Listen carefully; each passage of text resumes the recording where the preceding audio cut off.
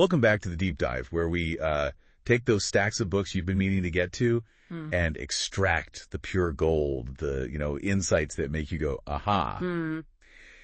Today we're diving into a book a lot of you requested, the 50 Important Ahadith, curated by Said M.H. A great choice. For anyone who's maybe not familiar, Ahadith it's like a greatest hits collection of the Prophet Muhammad's sayings and teachings. I like that, yeah. Really essential for understanding how the Quran's message applies in everyday life. Exactly, yeah. Think of it like having the Constitution and then all these brilliant commentaries that help you interpret it, right? But 50 is still, a lot to cover. So what's the overall theme here? And what makes these ahadith so important? Well, this collection, it's designed to give you like a really solid foundation in Islamic thought, covering a wide range of topics like actions and intentions, faith, excellence, social harmony, and even personal development. Okay. It's like a roadmap to living a meaningful life rooted in Islamic principles. Okay. Roadmap. I like that. So where does this journey begin? Right from the starting line. The very first hadith just sets the tone for the entire collection. It states, actions depend on intentions. Now, that's powerful. So it's not just about doing the right things, but doing them for the right reasons. Right. It's like I can go through the motions of prayer, but if my heart's not in it, does it really count? You've hit the nail on the head. It's about aligning your inner world with your outer actions, The hadith drives this point home with the example of migration. So imagine two people migrating to a new land. One is driven purely by maybe a desire for wealth or fame. The other seeks a more spiritually enriching environment, perhaps to deepen their knowledge of Islam. Same action, vastly different motivations. This makes you think about those little choices every day, right? Yeah. Like, helping someone out because you genuinely care versus, doing it to impress someone. Yeah. Totally changes the meaning. That's the beauty of this hadith. It encourages you to constantly check your intentions. Are you acting out of sincere faith, seeking Allah's pleasure, or are other forces at play? It's a call to self-awareness, a reminder that our inner state is just as important as our outward deeds. It's almost like a spiritual mirror, forcing you to look, deeper. This is why I love these deep dives. We get to unpack these profound ideas and see how they actually impact our lives. Yeah. Speaking of profound ideas, the very next hadith beautifully defines three core concepts in Islam. Islam itself, faith, iman, and excellence. Okay, I remember this one, hadith number 2, yeah. It's so concise, yet it manages to capture the essence of these, big ideas. Right. Can you break it down for us? It starts by defining Islam as the outward manifestation of faith, so encompassing actions like testifying to Allah's oneness, establishing prayer, giving charity, fasting, and performing the pilgrimage. Right, the 5 pillars of Islam. It's like the framework of a Muslim's life, the tangible actions that demonstrate their faith. Exactly. But then it goes deeper, defining faith as the inner conviction of the heart. It's about truly believing in Allah, His angels, His books, His messengers, the last day, and divine decree. It's about accepting the fundamental tenets of Islam, not just, intellectually, but with your entire being. So it's not just about going through the motions, but about internalizing these beliefs. Yeah. And making them a part of who you are. Precisely. And then it takes us to even a higher level, defining excellence as worshiping Allah as if you see Him. Now, this is where it gets tricky for me. How can I worship Allah as if I see Him when He is unseen? It's a powerful image, isn't it? It's not about physically seeing Allah, but about cultivating such profound awareness of His presence that it permeates your every thought and action. Imagine the level of sincerity, the devotion, if you truly felt Allah was watching you. So it's about striving for that level of consciousness, that constant mindfulness of Allah's presence in our lives. Yeah. It's a pretty high bar to set, but I see how it connects back to that first hadith. If you truly feel like Allah is watching, your intentions are naturally going to be, pure. That's the beauty of these teachings. They build upon each other, creating this interconnected framework for spiritual growth. Yeah. And we're just on hadith number 2. I'm already hooked. Okay, what's next on our Islamic roadmap? Well, hadith number 3 dives right into the 5 pillars we just mentioned. Belief, prayer, charity, fasting, and pilgrimage. So it's like zooming in on those outward expressions of faith, explaining why they're so important. It's more than just an explanation. It's a reminder that these acts are meant to be performed with sincerity and understanding. Okay.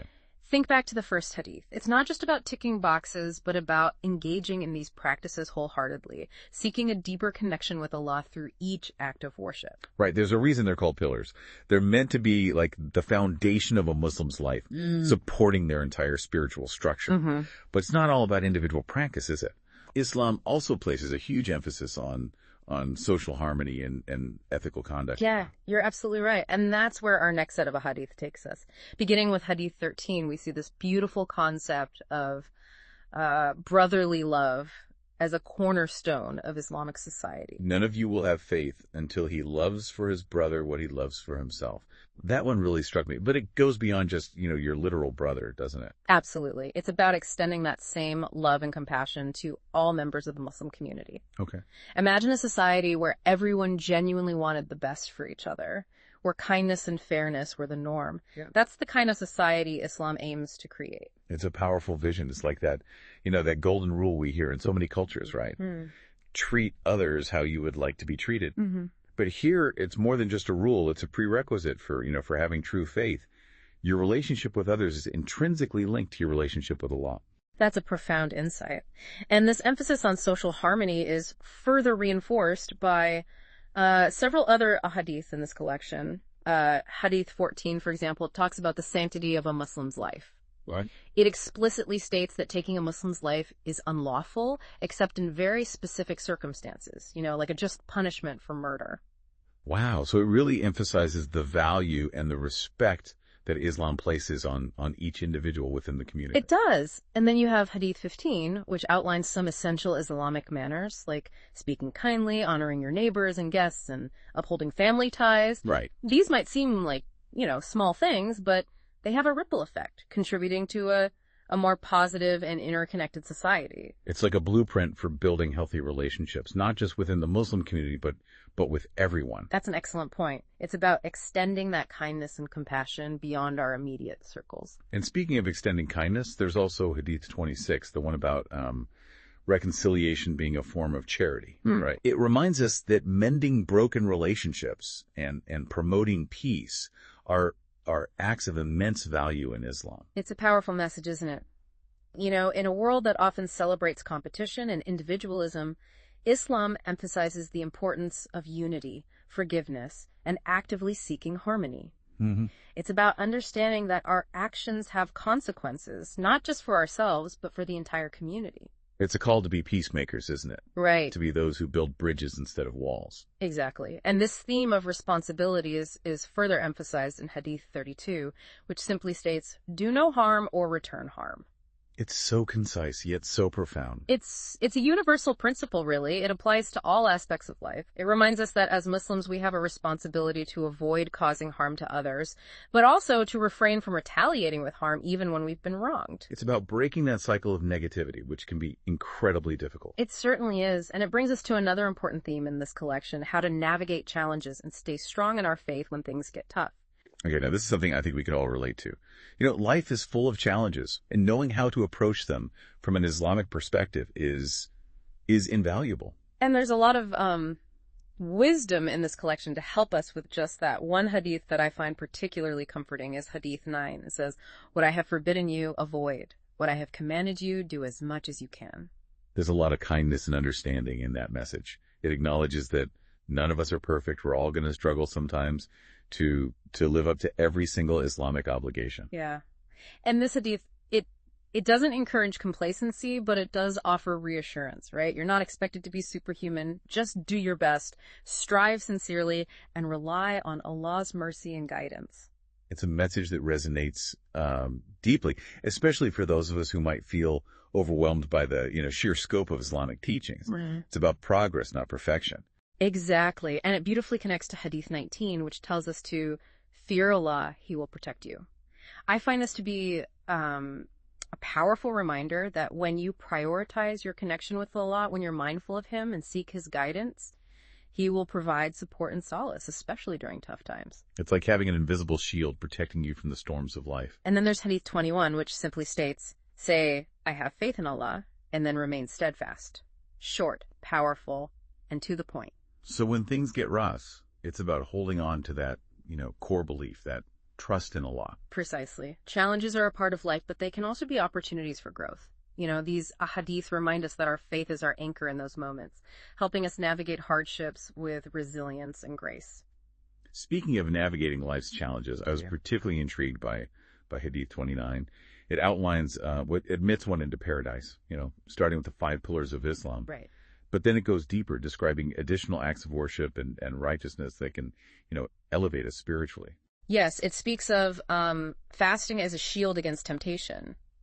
And charity is something that extinguishes sins, like water puts out fire. The imagery is so vivid. It is. And then it culminates with what it describes as the head of all matters, jihad.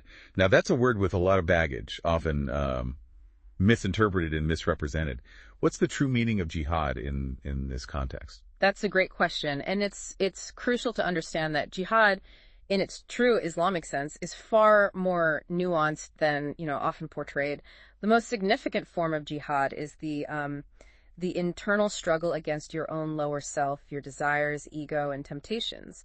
It's about continuously striving to purify your intentions and overcome your weaknesses. So it's about conquering those inner demons we all face. Exactly. It's about aligning your actions with Allah's will, and it's a struggle we all experience. That continuous effort to be better is at the heart of jihad. But it's not just an internal struggle, is it? There's an outward element as well. Absolutely. Once you've cultivated that inner strength and clarity through, that internal jihad, you can then engage in other forms of jihad, such as defending the oppressed, speaking out against injustice, and promoting peace and righteousness in the world. It's about channeling that inner strength outwards for the betterment of humanity.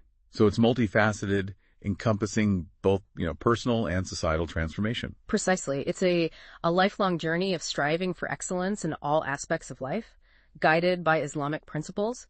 And that journey, of course, requires constant effort and a reliance on Allah's help. Which brings us to Hadith 45, the one about trusting in Allah's provision, just as He provides for, the birth. It's a beautiful reminder that when you put your trust in Allah, He will take care of you in ways you can't even imagine. It is, I often find myself reflecting on this hadith when I'm, feeling anxious or overwhelmed. It encourages me to let go of that need to control everything, to surrender to a power greater than myself. It's about shifting our focus from worry and anxiety to trust and acceptance. Mm-hmm. It's a very liberating concept. It is. It doesn't mean we become passive, but rather that we recognize our limitations and put our faith in Allah's plan, focusing our energy on what we can control, our actions, our intentions. And this idea of reliance on Allah is beautifully connected with the importance of remembrance, which is emphasized in Hadith 46. Ah, yes. Keep your tongue moist with the remembrance of Allah. It encourages us to maintain a constant connection with the divine, whether through formal prayers or simply by, reflecting on Allah's presence throughout the day. It's like maintaining an ongoing conversation with Allah, acknowledging His presence in every aspect of our life. Exactly. And that remembrance, it fosters a sense of peace and tranquility, strengthens our faith, and provides us with the strength and guidance we need to navigate life's ups and downs. It's like having an internal compass. It always points you in, the right direction. And speaking of direction, Hadith 47 emphasizes the importance of seeking knowledge. It literally says that seeking knowledge makes the path to paradise easier. So in Islam, learning isn't just about, academics. It's a spiritual pursuit. It is. It's about continuously expanding your understanding of your faith, seeking knowledge from credible sources, and applying what you learn to become a better Muslim and a more informed, contributing member of society. It's about turning knowledge into action, right? Yeah. Not just accumulating information, but actually using it to make a positive impact. Precisely. And that's what these 50 ahadiths are all about. They're not just abstract concepts. They're a practical guide to living a more meaningful and fulfilling life rooted in Islamic values. And as we've seen, they cover, a wide range of topics, from the grand ideas of faith and destiny to the more practical aspects of daily life. It's true. They offer a holistic framework for living a balanced life, one that nourishes both our spiritual and worldly well-being. And even though they were revealed centuries ago, they're still incredibly relevant today. These ahadith, they speak to timeless human struggles and offer solutions that transcend cultural and historical contexts. They're like a window into the heart of Islam, offering guidance and wisdom that can benefit anyone, regardless of, their background or beliefs. And there's still so much more to uncover in this collection. We haven't even touched on some of the other gems in this book. You're right. There are a few more ahadith I'm eager to discuss, particularly the ones that focus on self-reflection, avoiding hypocrisy, and understanding Allah's providence. Okay, let's dive into those. I think the concept of avoiding hypocrisy is something we can all relate to, whether we're consciously aware of it or not. So what does this collection have to say about that? Well, Hadith 44 tackles this head on. It essentially breaks down the signs of a hypocrite into three main actions. When they speak, they lie. When they promise, they break it. And when they are trusted, they betray that trust. Wow, that's a pretty stark definition. It really cuts to the core of what it means to be hypocritical. It's not just about saying one thing and doing another. It's about a deeper disconnect between your words and your actions, a lack of integrity. Exactly. And this hadith serves as a powerful reminder to examine our own behavior. Are we living in accordance with the values we claim to uphold? Are we being truthful in our words and consistent in our actions? It's a call for self-reflection and accountability. Yeah, it's so easy to fall into the trap of hypocrisy, especially when social pressures are involved. Yeah. But this hadith reminds us that, true piety is about being genuine, both inwardly and outwardly. It is. And it connects back to that idea of constantly checking our intentions, making sure our actions are driven by, sincere faith and not by a desire to impress others or gain worldly benefits. Right. It's about walking the walk, not just talking the talk. Exactly. Now, another hadith that prompts deep reflection is Hadith 5, which warns against religious innovation. It emphasizes that, anything introduced into Islam that doesn't belong will be rejected. So this one really resonated with me. In today's world with information overload and so many different interpretations floating around. Right. It can be hard to know what's authentic and what's not. You're absolutely right. And this hadith reminds us to ground our understanding of Islam in those core sources. Right. The Quran and the authentic ahadith, it encourages us to be discerning, to question practices or beliefs that lack a solid basis in those foundational texts. It's like a safeguard against getting lost in the noise. Right? Yeah. It's about going back to the roots, to the essence of Islam, and making sure that our beliefs and practices are aligned with those, core teachings. And it highlights the importance of seeking knowledge from those who are qualified, scholars and teachers who have a deep understanding of Islamic texts and traditions. Right. It's a reminder that it's not enough to just rely on, a quick Google search or social media posts. Right. We need to be more discerning, to, seek out reliable sources and to, engage in critical thinking when it comes to our faith. And this critical thinking is further emphasized in Hadith 6, which talks about distinguishing between the lawful and unlawful and avoiding anything that falls into a gray area, it states. Both legal and illegal things are evident, but in between them are doubtful matters about which not many people know.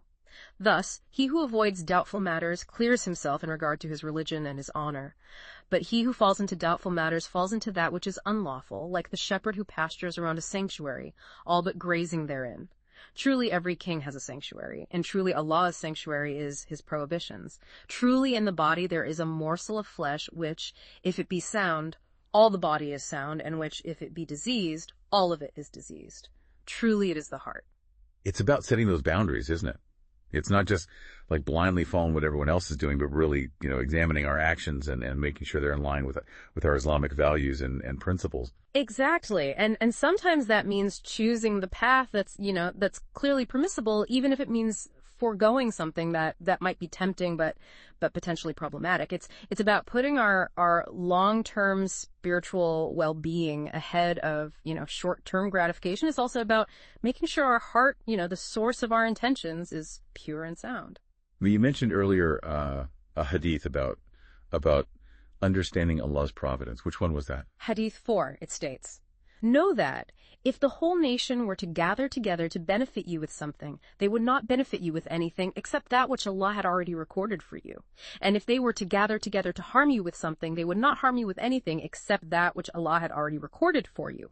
The pens have been lifted and the pages have dried." There's a lot to unpack there. It's essentially talking about the concept of, destiny, isn't it? It suggests that, Allah has a plan for each of us, and that ultimately nothing can happen to us outside of, his will. Precisely. It can be, a difficult concept to grasp, especially when we're going through, challenging times. But it's about recognizing that there's a bigger picture, a divine plan that we may not always understand. It's not about being like passive or resigning ourselves to fate, though, is it? No, not at all. It's about, understanding that while we have free will and the ability to make choices, the ultimate outcome rests with Allah. Our responsibility is to strive to make the best choices we can and to trust in his wisdom. So it's a balance between, effort and acceptance. We do our part and we leave the rest to Allah. Exactly. And it ties back to that concept of reliance on Allah that we discussed earlier. It's about recognizing that he's in control, that he knows what's best for us, even when we can't see it ourselves. One thing that strikes me about these hadith is how they seamlessly weave together personal responsibility and faith in Allah's plan. It's not an either, it's a both hand. I agree. There's a beautiful synergy between, striving with all our might and surrendering to the divine will. And ultimately, that's what this collection points to, a holistic approach to life that integrates action, intention, and a deep connection with Allah. This has been an incredibly enriching deep dive. I feel like we've only scratched the surface of these 50 hadith, but even so, I've, gained so many valuable insights. Me too. It's amazing how a few words spoken centuries ago can still resonate so powerfully today. And I think that speaks to the enduring wisdom contained within these teachings. Absolutely. And for our listeners who have joined us on this journey, we encourage you to explore the 50 Important Ahadith further on your own. Take your time with each one, reflect on its message, and see how it, speaks to your own life experiences. And remember, the beauty of these teachings is that they're open to interpretation, to personal reflection. What resonates with one person may not resonate in the same way with another, and that's okay. It's about finding meaning and guidance within these words that apply to your unique journey. It's a deeply personal exploration, but one that can be enriched by, sharing your insights with others. That's right. So if you're feeling inspired, we encourage you to leave a comment below, share what you've learned, or even just a thought that resonated with you. We love hearing from our listeners. And of course, if you enjoyed this deep dive, please consider subscribing to the Listening Hour channel for more, thought-provoking explorations like this one. We're constantly adding new content, covering a wide range of topics, and we always welcome your suggestions for future deep dives. Until next time, may you continue to, seek, learn, and grow on your own unique path.